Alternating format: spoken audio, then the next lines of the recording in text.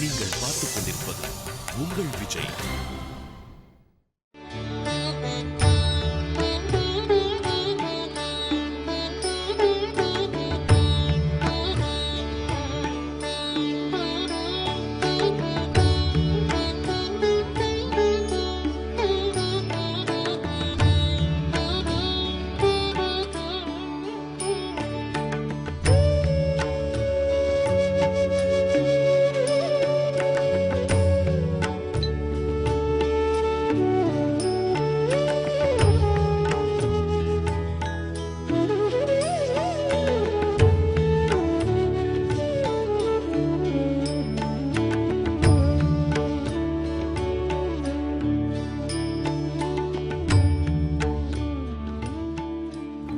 உலகம் யாவையும் தாம் உளவாக்கலும் நிலபெருத்தலும் நீக்கலும் நீங்களா அலகிலா விளையாட்டுட யாரவர் தலைவர் அன்னவர்க்கே சரண் நாங்களே. கம்பநாடர் நம் தமிழாம் தேனினும் இனிய மொழியில் வால்மீகி இயற்றிய இராமாயணத்தை வடித்து கொடுத்தார். அக்கதையின்படி நாம் இப்போது பிரயாகராஜ், தீர்த்தராஜ், திரிவேணி சங்கம் என்று கொண்டாடப்படும் அலகாபாத்தை அடைந்துள்ளோம். கடந்த வாரம் இறுதியில் இந்நதிகளுடைய சங்கமத்தை சுருக்கமாக தரிசித்தோம். இனி இந்த வாரத்தில் அலகாபாத்தில் என்னென்ன இடங்களெல்லாம் சேவிக்க வேணுமோ அங்கு செல்வோம். மிகவும் முக்கியத்துவம் பெற்ற க்ஷேத்திரம் இது. 7ஆம் நூற்றாண்டில் சீன தேசத்திலிருந்து நம் நாட்டுக்கு யுவாங் சுவாங் என்னும் தூதர் வந்தார். அவர் எங்கும் பிரயாணம் செய்து அந்தந்த நாடுகளை பற்றின பெருமையை எழுதுபவர். அவர் இந்த பிரயாகராஜம் அதாவது அலகாபாத்தை பற்றி நிரம்ப சொல்லியுள்ளார். 33 கோடி தீர்த்தங்களும் இங்கு வந்து சேருகின்றன என்று நம்முடைய புராணங்கள் கூறுகின்றன. இந்த பிரயாகையில் நாம் படகில் ஏறி அமர்ந்து சங்கமிக்கும் இடத்துக்கு போய் அங்கு தொழுது ஹாரத்தி செய்து பூஜிக்க வேணுங்கிற ஆசையோடே போனோம். யாரெல்லாம் முடிந்ததோ அவர்களெல்லாம் கூட வந்தார்கள். சிலதெல்லாம் பெரிய பெரிய படகுகள், சிலதெல்லாம் நமக்குன்னு கொடுக்கப்பட்ட படகுகள். 5-6 பேர் போகலாம், 12-15 பேர் போகலாம். எத்தனை பேர் போகிறோமோ அதற்கு தகுந்துதான் கட்டணம். போகும்போது நமக்கு படகு ஓட்டி கொண்டு வந்த சிறுவனை இந்த பிரயாகனுடைய மகிமை என்ன என்று கேட்டோம். அவனுக்குத்தான் அதை கேட்டதில் எத்தனை திருப்தி. பிரயாகினுடைய மகிமை என் வாயால் சொல்ல முடியாது, நீங்கள் கேட்கவே சொல்லுகிறேன். எனக்கு ஹிந்தியில் தான் பேச தெரியும், உங்களுக்கு ஹிந்தி தெரியுமா என்று கேட்டான். பிரயாகையின் மகாத்மியம் தெரிந்து கொள்ள மொழி தேவையா? தான் கண்ணால் தரிசிக்கிறோம், கையால் தொட்டு கொண்டிருக்கிறோம், உடம்பே புல்லரிக்கிறது. ஆகவே குழந்தாய் நீ சொல்லு என்று சொன்னவுடன் அவன் பேசத் தொடங்கினான். எவ்வளவு பேருக்கு ஹிந்தி தெரியுமோ அது இப்போ முக்கியமில்லை. ஆனால் அவன் என்ன சொல்கிறான்ங்கிறதை ஒரு நிமிடம் கேட்கும்படி கேட்டுக்கொள்கிறேன். ये सर आपका जमुना नदी, ये दिल्ली, मथुरा, आगरा, वृंदावनों के हिसाब का जमुना नदी है सर. इसका कलर सर हरे रंग का है. इसका जल सर 10 महीने शांत रहता है, 2 महीने इसका जल बहता है सर. बरसात में जमुना जी का 4 रूप है, हरा, नीला, काला, लाल. ये बाजू सर आपका गंगा नदी आया, हरिद्वार, ऋषिकेश, कानपुर के हिसाब का गंगा नदी है सर. उसका कलर सर मणमैला, जिससे आपका हमारा रूप है सर ऐसे गंगा जी का रूप है. उसमें सर बहाव ज़्यादा है, गहराई कम है. माँ सरस्वती सर जो तीसरी नदी है वो दोनों धारे के बीच में लुप्त है. इधर को त्रिवेणी में सर नाम 3 का है, कलर आपको 2 दिखेगा, गंगा और यमुना का सर. ஆனந்தமாக படகோட்டி கூறியதை கேட்டீர்கள். அவன் சொன்னது, என் வாயால் பிரயாகையின் மகாத்மியம் சொல்ல முடியாது. இந்த இடத்துக்கு ஏன் இந்த பெருமை வந்தது? பெருமாள் அமிர்த மதனம் செய்தார், அதாவது பார்க்கடலை கடைந்து அமுதம் எடுத்தார். அப்போது அந்த அமுத குடத்தை வைத்த இடம்தான் இந்த அலகாபாத் பிரயாகராஜ். அனைத்து சங்கமங்களுக்கும் தலைமை பீடம் இதுதான். நம் பாரத தேசத்தில் ஓரொரு 3 மாதத்துக்கும் ஒரு முறை, அதாவது சித்திரை மாதத்திலே சித்திரை, வைகாசி, ஆனி இதற்காக உண்டான கும்பமேளா. மறுபடியும் ஆடி மாதத்திலே ஆடி, ஆவணி, புரட்டாசி. அப்புறம் ஐப்பசி மாதத்திலே ஐப்பசி, கார்த்திகை, மார்கழி. பிற்பாடு தை மாதத்திலே. இந்த 4 முக்கியமான மாதங்களிலும் கும்பமேளா நடைபெறும். 4 இடங்களில் நடைபெறுகின்றன. நாம் அறிந்த பிரயாகம், இதுதான் மிக உயர்ந்த கும்பமேளா. சமீபத்தில் தினப்படி 30 லட்சம் மக்கள் வந்து நடந்ததை கேள்விப்படுகிறோம். கடைசி நாள் 3 கோடி பேர் வந்தார்கள். இந்த ஆண்டு ஜனவரி 3வது வாரம் தொடங்கி வெகு நாட்களுக்கு நடந்தது. இதே போல கோதாவரி பிரயாகை நாசிக்கில் நடக்கிறது. கங்கா பிரயாகை, அதாவது கங்கா கும்பமேளா ஹரித்வாரத்தில் நடக்கிறது. க்ஷிப்ராங்கிற நதி, அதனுடைய கும்பமேளா உஜ்ஜைனில் நடக்கிறது. இதில் 6 மாதத்துக்கு ஒரு தடவை நடப்பதற்கு அர்த்த கும்பமேளான்னு பெயர். ஆண்டுக்கு ஒரு முறை அலகாபாத்தில் நடப்பதற்கு மகா கும்பமேளா என்று பெயர். இப்படி ஓரொரு கும்பமும் நடைபெறுகிறது. நாம் இங்கு வந்திருந்த போது மாலை பொழுது ஹாரத்தி நடந்தது. அதுதான் பிரயாக ஹாரதி. அதை சேவிப்பதே மகாபாகியம். திரிவேணி சங்கமத்தில் தீர்த்தமாடுவதே பெரும் புண்ணியத்தை கொடுக்கும். அனைவரும் சேர்ந்து ஹாரத்தியில் தற்போது கலந்து கொள்வோம்.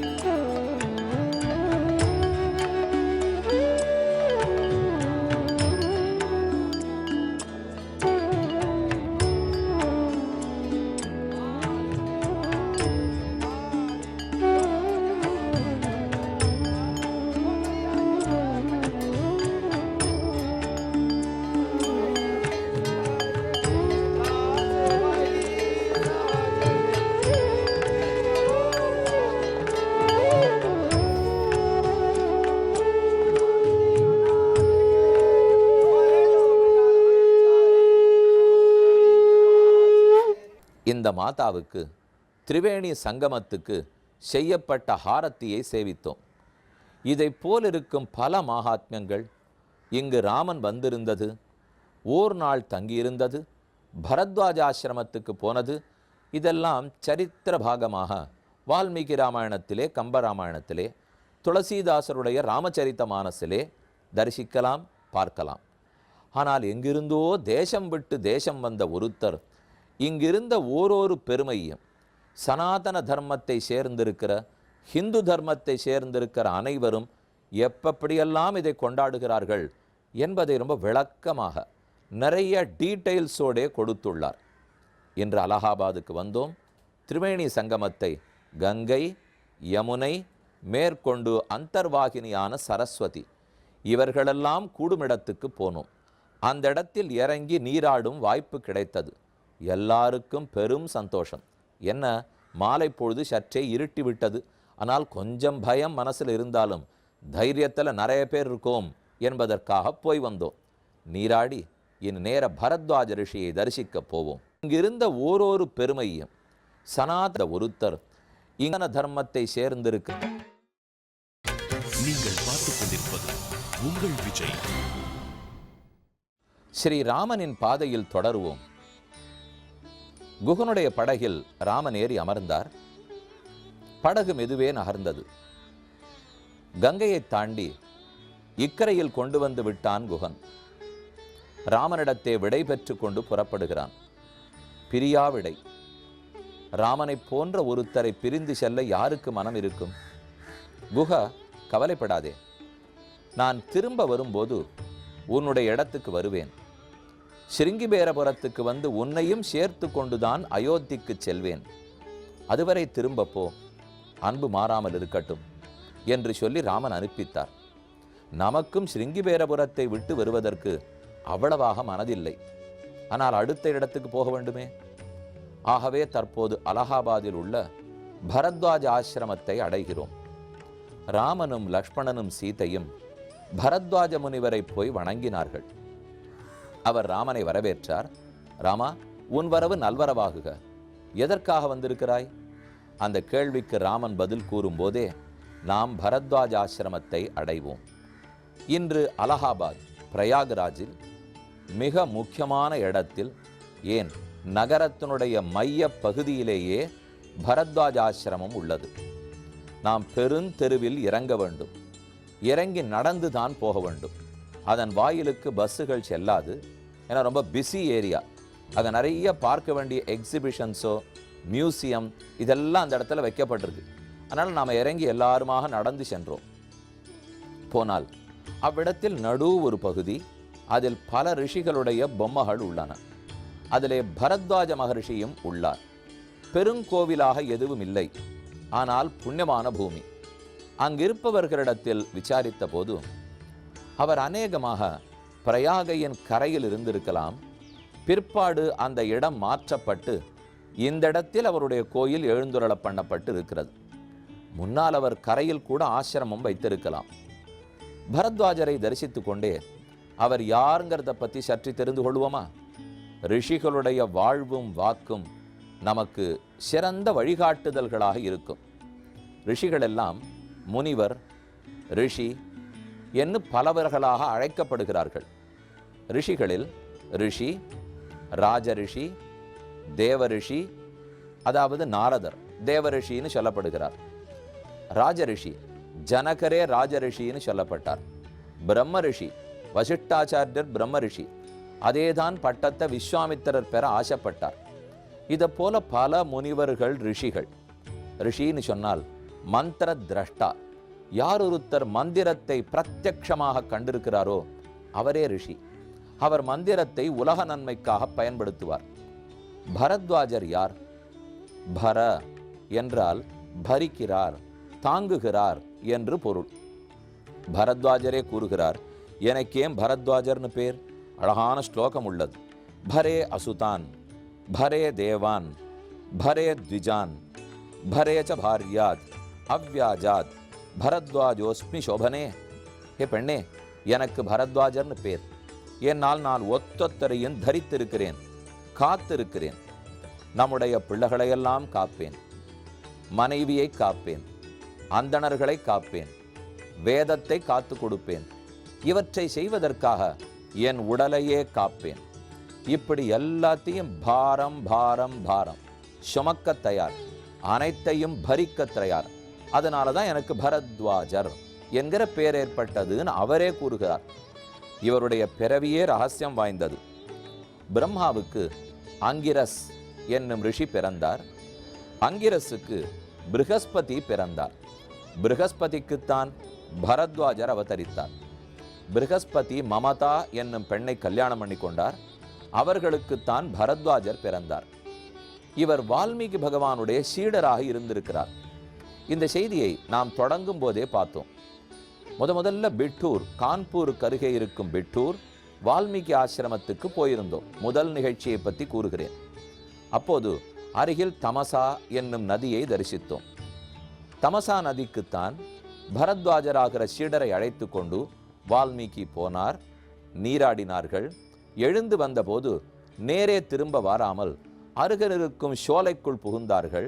அங்க 2 பறவைகளில் ஓர் பறவையை வேடன் அடித்து வீழ்த்தினான். அதில் ஏற்பட்ட சோகத்தால் பிறந்ததுதான் வால்மீகி ராமாயணம் என்பதை முதலிலேயே கூறியிருந்தேன். அப்போ வால்மீகிக்கு சீடராக பரத்வாஜர் விளங்கி இருக்கிறார். இவரை பற்றி சுவையான ஒரு தகவல் உண்டு. இவர் கிருதாச்சி என்னும் அப்சர பெண்ணை கல்யாணம் பண்ணி கொண்டார். இவர்கள் இருவருக்கும் பிறந்தவர்தான் துரோணாச்சாரியர். துரோணர் அந்தணராக பிறந்தவர். ஆனால் சிறந்த வில்வித்தை தேர்ச்சி பெற்றார். அவர்தான் துரியோதனன் முதலான கௌரவர்களுக்கும் தர்மபுத்திரன் முதலான பாண்டவர்களுக்கும் அஸ்திர சஸ்திர வில் வித்தை கற்றுக் கொடுத்தவர். ஆனால் அந்தோ சரியான பக்கத்தில் நிற்காமல் அதர்மத்தின் பக்கத்தில் போய் நின்றார். அதனால் அழிந்தே போனார். மகாபாரத யுத்தம் நடந்து கொண்டு வந்த போது பரத்வாஜர் அந்த குருக்ஷேத்திர பூமிக்கு வருகிறார். வந்து துரோணரிடத்தே, சண்டையிடுவது உனக்குரித்தான தர்மம் அல்ல, விட்டுவிடு, உன் வில்லை கீழே போடு, வா தியானத்தில் ஈடுபடு, தபஸில் ஈடுபடு, காட்டுக்கு வா என்று கூறினார். ஆனால் துரோணாச்சாரியர் கேட்கவில்லை. கடைசியாய் கண்ணனுடைய திட்டத்தால், ஏன் அப்பேற்பட்ட தர்மபுத்திரன் கூட ஒரு பொய் கூற முற்பட, அதனால் திருஷ்டத்யும்னன் தலையை வெட்ட துரோணர் இறந்தே போனார். பரத்வாஜர் கேள்விப்பட்டார். ஆம், அவன் அதர்மத்தின் வழி நின்றான், முடிய வேண்டியதான்னு சொன்னாராம். இது பரத்வாஜரை பற்றின குடும்பத்தின் கதை. அவரை பற்றின மற்றொரு வரலாறு உண்டு. அவர் நிறைய வேதங்களை கற்க வேண்டும், மேலும் மேலும் எத்தனை கிளைகள் வேதத்துக்கு இருக்குமோ மொத்தத்தையும் கற்க வேண்டும்னு விருப்பம் கொண்டார். அதனால் அவருடைய ஆயுள் முடியும் தருணத்தில் இந்திரனிடத்தே போய், எனக்கு நீடிப்பு செய், என் ஆயுள் மேலும் வேண்டும், அப்பதான் நான் மேன்மேலும் கற்க முடியும் என்று சொல்லி கேட்டார். இந்திரன் அடுத்த 100 ஆண்டுகள் நீடித்து கொடுத்தான். மேலும் வேதங்களை படித்தார். மறுபடியும் வேண்டினார், எனக்கு இன்னும் 100 ஆண்டுகள் வேண்டும், மேலும் வேதங்களை படிக்க வேண்டும். இந்திரன் மறுபடியும் கொடுத்தான். 3வது முறையும் வேண்டினார், மேலும் 100 ஆண்டுகள் வேண்டும். இந்திரன் பார்த்தான், 3 முறை கொடுத்தான். ஆனால் 4வது முறை கொடுக்கவில்லை. பரத்வாஜரே, இந்த முறையும் கேட்க வந்திருக்கிறீர், இங்கு வாரும், உமக்கு நான் ஒரு உண்மையை புரிய வைக்க வேண்டும். எங்கோ வெகு தொலைவுக்கு அழைத்து போனான். 3 மலைகள் அந்த இடத்துல இருந்தன. அந்த மலைகளுக்கு முன்னால் சின்ன சின்ன மணல் பிண்டங்கள் இருந்தன. இவ்வளவு மணல், இவ்வளவு மணல், இவ்வளவு மணல். ஆனால் பெரிய 3 மலைகளுக்கு முன்னால். பரத்வாஜரே, அந்த மலையையும் பாரும், கீழே இருக்கிற சின்ன மணல் குன்றையும் பாரும். ஆம், அது நிறைய, இது சிறிதளவு என்று பரத்வாஜர் கூறினார். நீர் இதுவரை 3 முறை ஆயுள் நீடிப்பு பெற்றிருக்கிறீர். அதுதான் 3 மலைகளை காட்டினேன், 3 நூறாண்டுகளை கொடுத்துள்ளேன். ஆனால் அதில் எவ்வளவு நீர் கற்றுக்கொண்டீர் தெரியுமா? அந்த 3 நூறாண்டுகளில் நீர் கற்றுக்கொண்ட வேதம் இதோ கீழே இருக்கிறதே, இந்த சின்ன மணற்குன்று, இவ்வளவுதான் கற்றுக்கொண்டீர். இருக்கட்டுமே, மீதம் இருக்கதை கற்றுக்கொள்கிறேன், அது எவ்வளவு இருந்து விட போகிறது என்றார் பரத்வாஜர். அதோ அந்த மலை அளவுக்கு மீதம் இருக்கிறது. இதளவுக்குத்தான் நீர் கற்றீர், அதளவுக்கு மீதம் இருக்கிறது. கற்றது கைமண்ணளவு, கல்லாதது உலகளவு. வால்மீகி பகவான் ராமனோடே கூட அனைத்து சரித்திரங்களையும் தெரிந்து கொண்டார். வால்மீகி ஆசிரமம், பரத்வாஜ் ஆசிரமம் இதெல்லாம் ஆங்காங்கு இருப்பதை நாம் பார்த்திருக்கிறோம். பரத்வாஜ் ஆசிரமத்தை இப்போது அலகாபாத்தில் சேவித்துக் கொள்கிறோம். ஆனால் ஏற்கனவே எப்போ இவர் கான்பூரிலிருந்து சேர்ந்து பிட்டூர்ல போயிருக்காரோ அப்ப அங்கும் இவருடைய ஆசிரமம் இருந்திருக்க வேண்டும். இன்று நாம் ரொம்ப விளக்கமாக பரத்வாஜ ஆசிரமத்தையும் அவருடைய கதை என்ன என்பதை பற்றியும் பார்த்திருக்கிறோம். இனி இந்த அலகாபாதிலே ரொம்ப முக்கியமான 2 ஸ்தலங்கள் உள்ளன, அதற்கு செல்வோம்.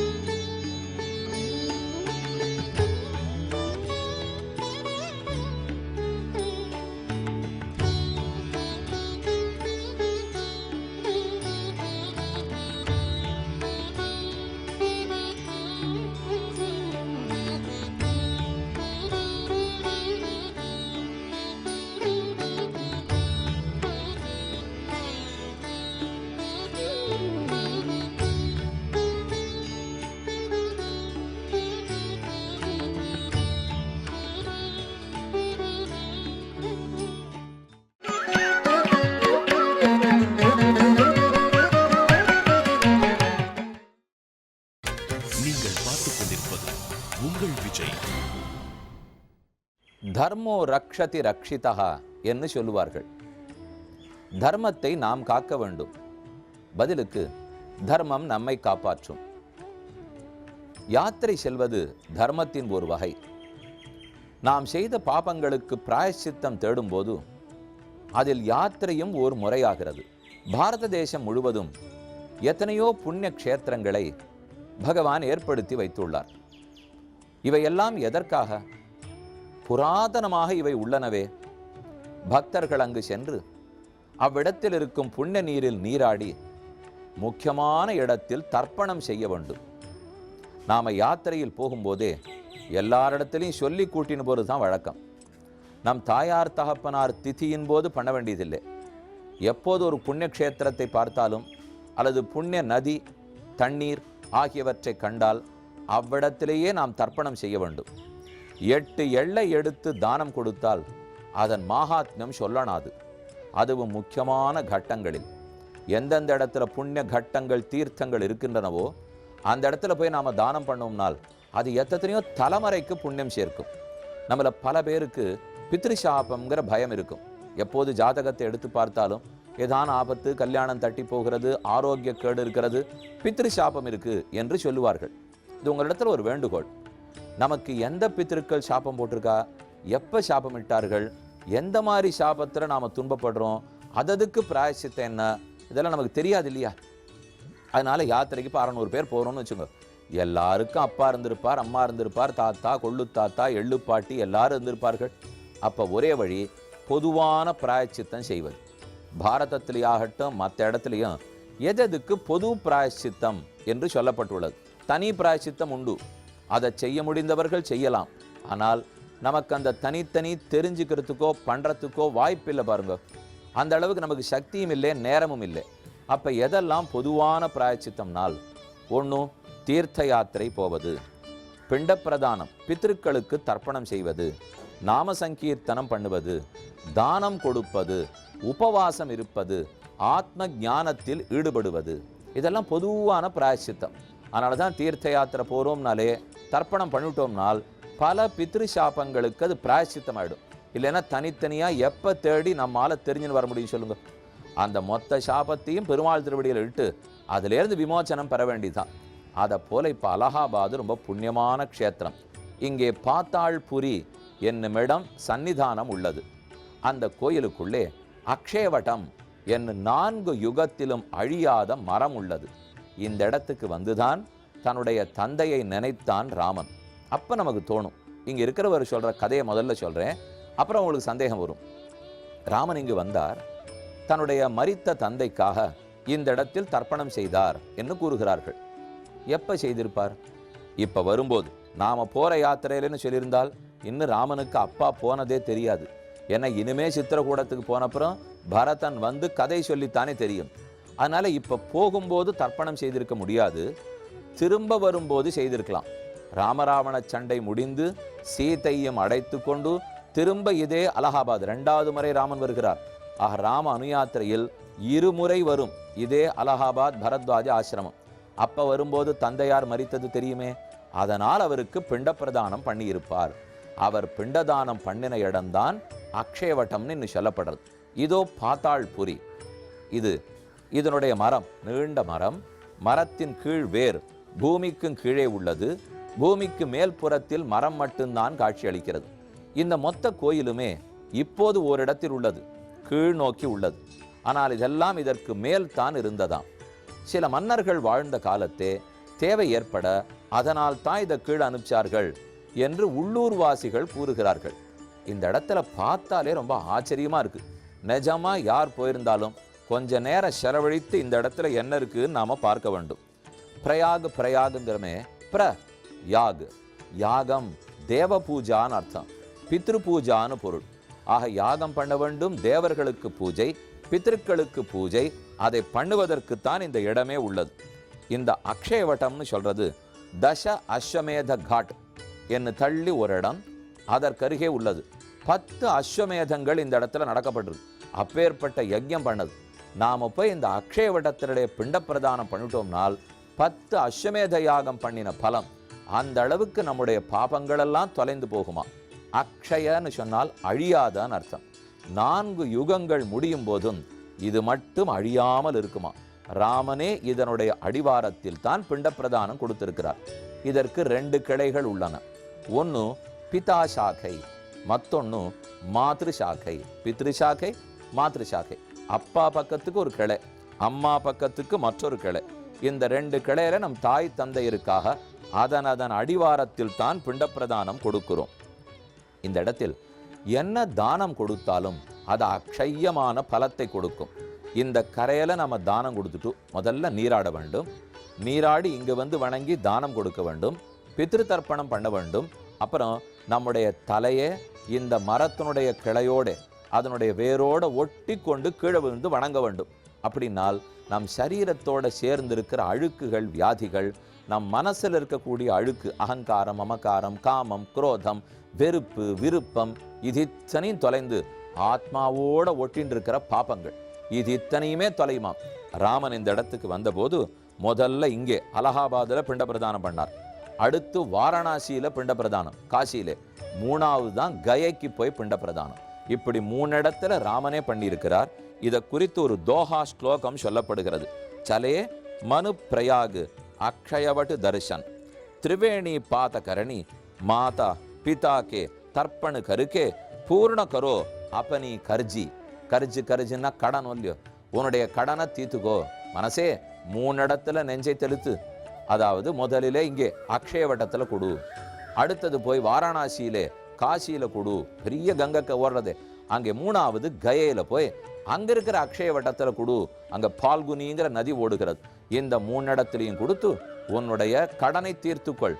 பித்திருக்கடன், தேவக்கடன், ரிஷிக்கடன், மனுஷக்கடன், பூதகடன், இத்தனையும் தீர்த்துக்கொள்னு சொல்லுகிறது. அப்பேற்பட்ட இடத்துக்கு தான் இன்று நாம் வந்திருக்கிறோம்.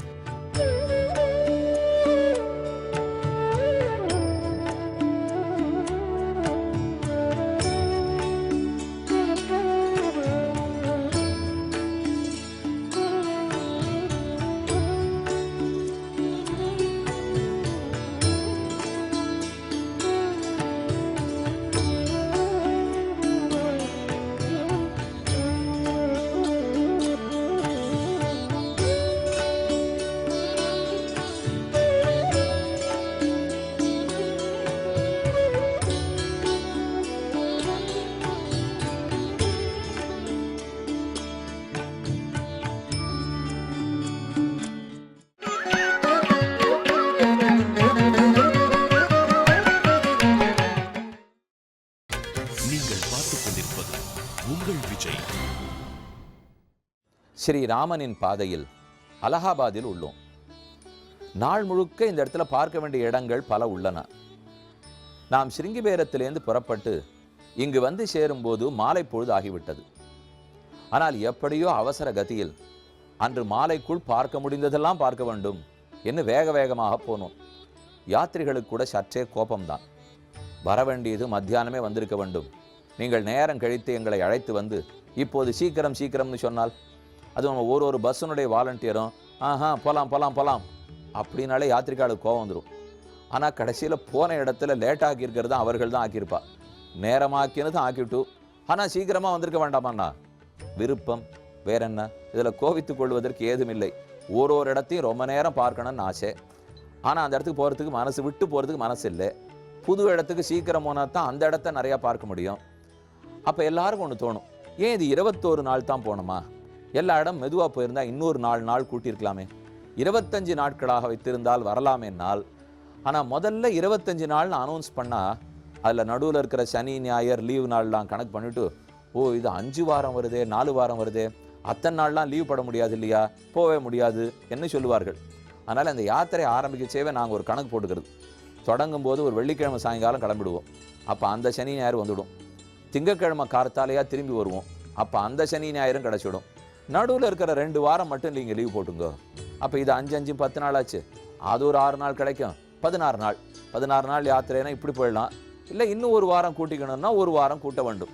ஆனால் ஒரு லாபம் எங்களுக்கு, யாரான நிறையா ஆஃபீஸ் போமவர்கள், அவள் பிஸியாக இருக்கிறவா, காலேஜ் கோயிங் ஸ்டூடெண்ட்ஸு, இப்படி இருக்கிறவாள்லாம் யாத்திரைக்கு வந்தாள்னா நான் சொன்னது ரொம்பவே கஷ்டப்படும். ஆனால் அப்படி இல்லையே. நான் ஏற்கனவே சொல்லியிருக்கேனே, ஆவரேஜ் ஏஜ் 67. அப்படி இருக்கிறச்சே எல்லாரும் அநேகமாக ஓய்வு பெற்றவர்கள் தான். இன்னும் 4 நாள் சேர்த்து போட்டால் கூட தேவையில்லை, வந்துக்குருவோம்னு தான் சொல்லுவார்கள். இப்போ அனைவரையும் அழைத்து கொண்டு முக்கியமான சந்நிதி, இன்னும் அலகாபாத்தில் எந்த கோவிலையும் நம்ம தரிசிக்கலையே, எல்லாரும் வேணி மாதவன் சந்நிதிக்கு போனோம். இந்த ஊரில் நிறைய மாதவனுடைய சந்நிதிகள் உள்ளன. மொத்தம் 12 மாதவர்கள் இருந்திருக்கிறார்கள். அதில் இன்று 7 மாதவர்கள் சந்நிதி உள்ளது. ஆனால் பாக்கி 5 காலப்போக்கில் நதி அடித்து போயிருக்கலாம், அல்லது வேறு யாரானும் சிதைத்திருக்கலாம், ஏதும் நடந்திருக்கலாம். இன்னைக்கு இருக்கிறதுல பிரதான சந்நிதி வேணி மாதவன் சந்நிதி.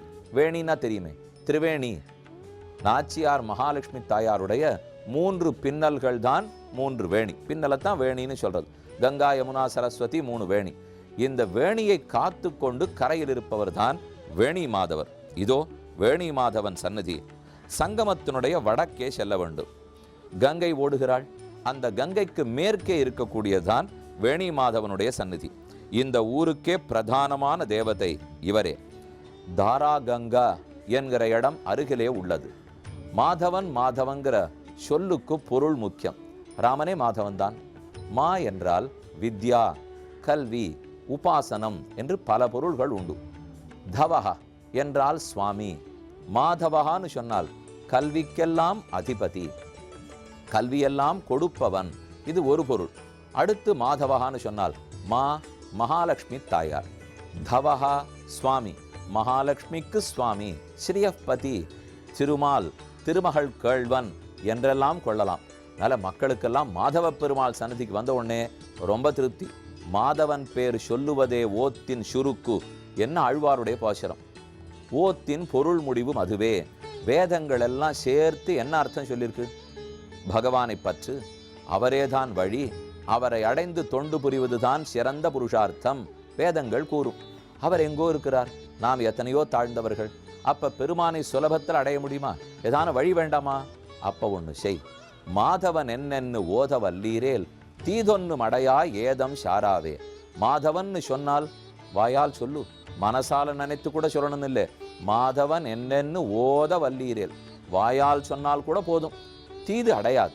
ஒரு பாபமும் நம்மை அண்டவே அண்டாது. நல்ல மாங்கிற மகாலட்சுமி அவளுக்கு சுவாமியாக இருக்கிறான். அவளை பற்றினால் அவனை அடைவது சுலபம். பிராட்டி மூலமாகத்தான் பெருமானை பற்ற வேண்டும். அதுக்கு தான் இங்கே மாதவன் எழுந்துருளி உள்ளார் போலும். ராமன் இந்த இடத்துக்கு வந்துள்ளார். ராமன் இங்கே வந்து இவ்விடத்தில் பெருமானை தொழுது பிற்பாடுதான் சித்திரகூடத்துக்கே சென்றார் என்று இங்கே சரித்திரம் கூறப்படுகிறது. துளசிதாஸ் இந்த சன்னிதானத்தில் இருந்து ராமச்சரித்தமானஸ் எழுதினார் என்னும் கூறுகிறார்கள். அடுத்து துளசிதாசரை பற்றி ரொம்ப விளக்கமாக பார்க்க போகிறோம். இப்போதைக்கு சுருக்கமாக தெரிவிக்கிறேன்.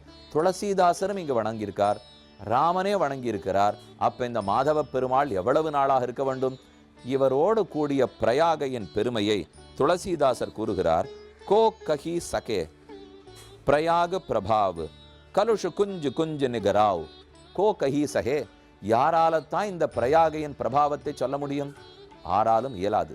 ராமனே இங்கு வந்து வணங்கி போயிருக்கிறார். அவரே அக்ஷயவட்டத்தில் பிண்ட பிரதானம் பண்ணியிருக்கிறார். ஆகவே எல்லாரும் பிரயாகைக்கு வாங்கோ, இங்கு இருங்கோ, இருந்து ராமனை தரிசியுங்கள், அவன் திருவடி பட்டு போன இடம் என்றெல்லாம் மேலும் மேலும் துளசிதாசர் கூறுகிறார். அந்த மாதவ பெருமாள் சந்நிதிக்குத்தான் வந்திருக்கோம். இங்கே அருகருகே சின்ன சின்ன சிலா வடிவத்தில், சின்ன சின்ன சாலிகிராம வடிவத்தில் வெவ்வேறு மாதவர்கள் உள்ளார்கள். ஹன்சி மாதவ் அப்படின்னா சிரிக்கிற மாதவன் அர்த்தம். அனந்த மாதவ் முடிவில்லாத மாதவன். காலத்தாலோ தேசத்தாலோ ஒரு உருவத்தாலோ எந்த முடிவுக்கும் உட்படாத மாதவன். ஆதி மாதவ், அவர் தான் உலகத்தையே முதல்ல படைத்தவர். ஆதி காலத்திலேருந்து இருக்கிற மாதவன். சக்கர மாதவன், கைகளிலே சங்கத்தையும் சக்கரத்தையும் தரித்திருப்பவர் சக்கர மாதவன். ஹரித மாதவன், பச்சை வர்ணத்தில் தான் 3வது யுகத்தில் இருந்தாராம். முதல் யுகத்தில் வெளுப்பு வர்ணத்தோடே, அடுத்த யுகத்தில் சிகப்பு வர்ணத்தோடே, 3வது யுகத்தில் மாந்தளிர் பச்சை வர்ணத்திலே இப்படி மாதவ பெருமாள் இருந்தார். ஹரித்த பெருமாள். மனோகர மாதவன் அப்படின்னா ரொம்ப ஆனந்தத்தையே கொடுக்கிற பெருமாள். எத்தனை பேர் பாருங்க, இன்னைக்கு 7 பேர் இந்த இடத்தில் உள்ளார்கள், பாக்கி 5 பேர் காலப்போக்கில் மறைந்திருக்கலாம். மாதவன் என்றென்று ஓதவல்லீரேல். இந்த இடத்துக்கு நம்ம போன உடனே முதியவர் ஒருத்தர் இருந்தார். அவர்கிட்ட போய் முதல்ல கேட்டோம், இந்த இடத்தினுடைய பிரபாவத்தை சொல்லுங்க. அவர் சொல்ல ஆரம்பிச்சார், நாங்கள் எப்பவுமே கையில் அந்த சின்ன ஒரு ஒலிபெருக்கி கையில் வச்சுருப்போம், பப்ளிக் அட்ரஸ் சிஸ்டம்னு சொல்கிறோமே, அதை வச்சுட்டு இருந்தால் எல்லாரும் கேட்கலாம். ஒரு 200 பேர் வரைக்கும் ஒன்று கேட்கும், 2-3 வச்சுப்போம். அதனால் அதுலேருந்து கனெக்ட் பண்ணால் எல்லாரும் கேட்டுடுவா. எல்லாருக்கும் ஆசை அவள் பேசுகிறத கேட்கணும். ஹிந்தி தெரியுமாண்ணா? அது தெரியாது சுவாமி, ஆனால் ஏதோ அவள் பேசுகிறத அந்த இடத்துல அந்த குரலை கேட்கணும் இல்லையா? உங்களுக்கு அந்த ஆசை இருக்குமே. அங்கேயே முதியவர் பேசினது, அதை விட ஒரு இளைஞர் பேசினார். ரெண்டையும் கேட்போம். सब तीर्थों का राजा प्रयाग कहा गया है, समझ गए ना? और जैसे 18 पुराण में श्रीमद् भागवत महापुराण जो है राजा है, चारों वेदों में सामवेद को राजा कहा गया है। वैसे तीर्थों का राजा प्रयाग कहा गया है। हाँ, श्रुति प्रमाणम स्मृतय प्रमाणम पुराणमप्यत्र परम प्रमाणम यत्रास्ति गंगा यमुना प्रमाणम सतीर्थराजो जयते प्रयागा। श्रुति और स्मृति वेदों पुराणों में प्रयाग को तीर्थराज कहा गया है। देखिए, हर स्थान का एक प्रधान देवता होता है। ये जो है प्रयाग तीर्थ है, तीर्थों के राजा कहे गए हैं प्रयाग। जैसे हर तीर्थ का एक प्रधान देवता होता है, ऐसे यहाँ के भी प्रधान देवता श्री वेणी माधव भगवान हैं, जो कि यहाँ के प्रधान देवता हैं। जो भी प्रयाग में आता है वो वेणी माधव के दर्शन यदि नहीं करता है त्रिवेणी या गंगा जी में स्नान करके, तो उसका यहाँ आने का जो है फल उसे पूरा नहीं मिलता है, उसका यहाँ आना जो है अधूरा माना जाता है। ऐसे ही जब प्रभु श्री राम जब वनवास में थे तब वो भी प्रयाग में पधारे थे, तो उस समय जो है वो भी गंगा में जब उनने गंगा जी का पूजन किया था, तो उसके बाद निषाद राज उनके लिए यहाँ लेके आए और यहाँ पे माधव जी का उन्होंने दर्शन किया। इसके बाद जो है वो अपनी यात्रा आगे बढ़ाए हैं।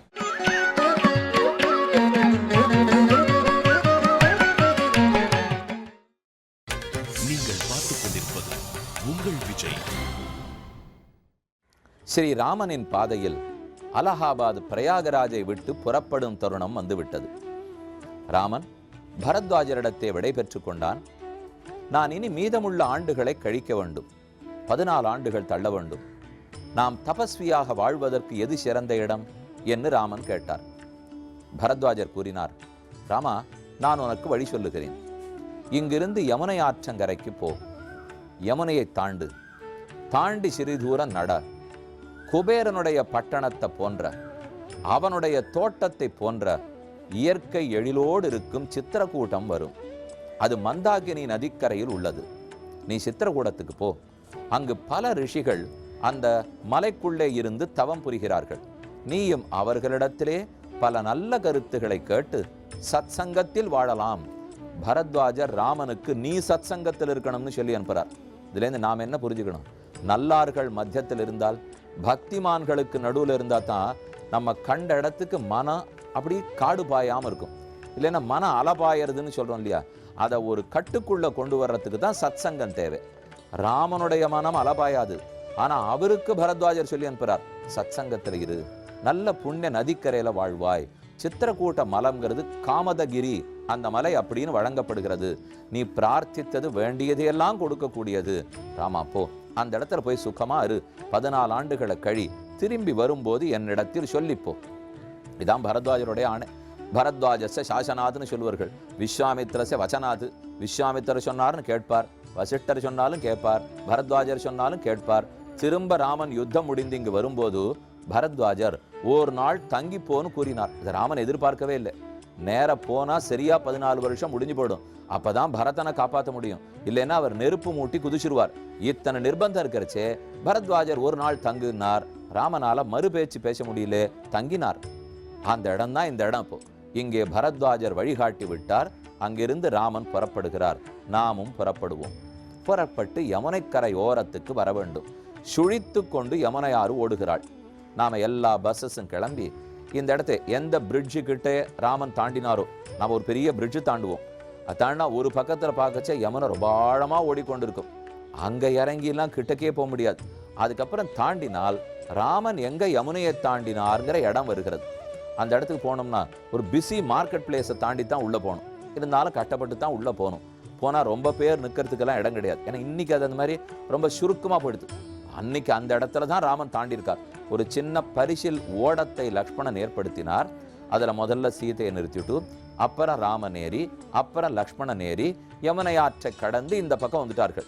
அதற்கப்புறம் தான் சித்திரகூடத்தை நோக்கி போனான். இன்னைக்கும் ராமன் யமுனை ஆற்றை கடந்த இடத்தை நாம் தரிசித்து கொள்ளலாம். ஒரு தடவை போகிறச்சே எங்களால் போக முடியல, அடுத்த தரம் போகிறச்சே அதுக்கு போக முடிஞ்சது. இப்போ நீங்கள் நன்னா சேவிச்சு கொண்டீர்கள் இல்லையா, அந்த இடத்துக்கு ஆறும் போகலாம். ஆனால் கொஞ்சம் மார்க்கெட் பிளேஸ் தாண்டின இடத்துக்கு போகணும்.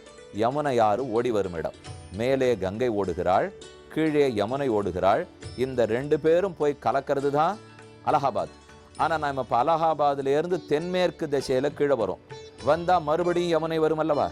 அதனால தான் யமுனையை தாண்ட வேண்டியிருக்கு. யமுனை பெரிய பாலம், பெருசுன்னா நம்ம சொல்ல முடியாது, அவ்வளோ பெரிய பாலம். அந்த பாலத்தை நாம் பஸ்ஸில் தாண்டிடுவோம். ஆனால் ராமன் காலத்தில் ஏது பாலம்? அதனால தான் சின்ன பரிசில் ஓடங்கட்டி வந்தார். அதில் கங்கையை முதல்ல தாண்டினா போலே இப்போ யமுனையை தாண்டும் போது சீதா மாதா நமஸ்கரிக்கிறாள். அதில் ஆரத்தி விட்டு இலையில எடுத்து சின்ன தீபத்தை தியான்னு அங்கே சொல்லுவார்கள். அந்த தீபத்தை விட்டு வைத்து வடக்கு நோக்கி கைதொழுது, ஏ யமுனை தாயே, நீ தான் நன்னா அயோத்தியை ரட்சித்து கொடுக்கணும். உன்னை நம்பி விட்டு தான் போகிறோம். நீதான் எங்களுக்கு தாயை போலே, கங்கை தாய், யமுனை தாய், உன்னை வணங்கி போறே. நாங்கள் திரும்ப வர வரைக்கும் எங்கள் ஒரு குழந்தையும் நீ தான் ஜாகிரதையாக பார்த்துக்கணும். அந்த ஸ்லோகத்தை படித்து அந்த யமுனையாத்தை தொட்டுண்டு நம்மளும் இந்த பிரார்த்தனையை பண்ணி தீபத்தை விடச்சே அழாதவர்கள் இருக்க முடியாது. அத்தனை பேருக்கு மெய்சில் இழுத்து போடும். ஏன்னா நம்ம நாட்டுக்கு வற்றாத நதிகள்ங்கிறது ஒரு ஜீவனம் இல்லையா? அதுதானே நமக்கு ஊற்றே. கொஞ்ச நாள் தண்ணீர் இல்லைன்னா என்ன தவிச்சிருவோம். அதில் அதிக தண்ணீர் போனாலும் எவ்வளவு தவிப்போம். அந்த இடத்த சேவிச்சுட்டு தாண்டி வருகிறோம்.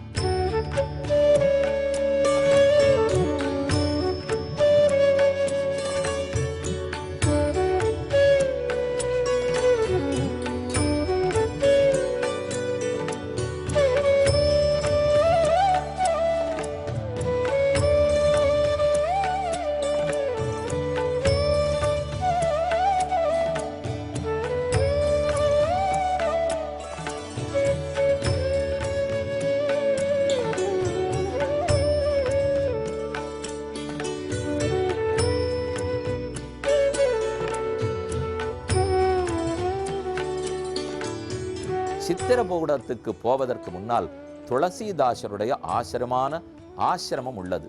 துளசிதாசர் மிகச்சிறந்த பண்டிதர், நல்ல கவிஞர், எல்லாத்த விட சிறந்த பக்தர்.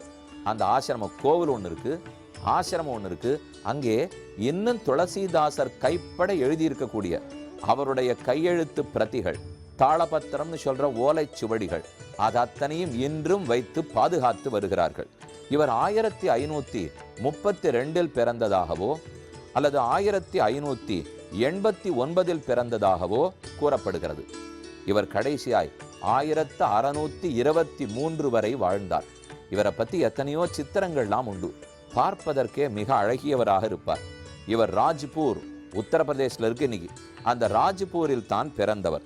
ஆத்மாராம் சுக்ல துபே என்பவருக்கும் துளசி மாதா என்பவருக்கும் பிறந்தார். துளசிதாசர் என்கிற பெயர் பெற்றார். இவருடைய மனைவி புத்திமதி அம்மையார். அவருக்கு ஒரு குழந்தை பிறந்தான், தாரகன் என்ன அந்த பிள்ளைக்கு பெயர். அவதி பாஷா ஹிந்தியினுடைய ஒரு சிதைவு பாஷை. ஹிந்தியினுடைய டயலக்ட்னு ஆங்கிலத்தில் சொல்லுவார்கள். அதை போல ஹிந்தியினுடைய ஒரு பாஷையே அவதி பாஷை. அதில் தான் இவர் 2 கப்லெட்டுன்னு சொல்லலாம், 2 வரியாக இருக்கலாம், அல்லது 4 வரியாக இருக்கலாம். ராமச்சரித்த மானஸ் பெரிய புஷ்கரணி, பெரிய குளம், ராமனுடைய சரித்திரம் என்னும் பெரிய குளம். அப்படியே தான் இந்த புத்தகத்தை எழுதியிருக்கிறேன். உலகத்திலே பிரசித்தி ஹனுமான் சாலிசான்னு சொல்கிறோம் இல்லையோ. ஹனுமான் சாலிசானா வடக்க முழுக்க அவ்வளவு பிரபலம். யாராக இருந்தாலும் அது சொல்லாதவர்கள் இருக்க மாட்டார்கள். அந்த புத்தகத்தை தினப்படி பாராயணமே பண்ணுவார். அது துளசிதாசர் எழுதினது தான். அது தவிரவும் அவர் மொத்தம் 22 நூல்கள் எழுதியிருப்பதாக தெரிகிறது. அவருடைய ஒரிஜினல் மேனஸ்கிரிப்ட் அவர் தன் கைப்பட எழுதி எத்தனை வருஷம், 500 வருஷத்துக்கு மேலாச்சு. அதை கூட இன்றும் பாதுகாத்து வைத்திருக்கிறார்கள். இந்த துளசிதாசர் ஆசிரமத்துக்கு நம்ம சேவிச்சதே பெரிய பாக்கியம். துளசிதாசருடைய ஆசிரமத்தையும் கோயிலையும் சேவித்துக் கொண்டோம். இந்த ஆசிரமத்திலிருந்து விடை பெற்று கொண்டு நேரே சித்திரகூடத்தை நோக்கி புறப்படுவோம். ஒரு பெரும் விருந்து காத்திருக்கிறது, செல்வோம்.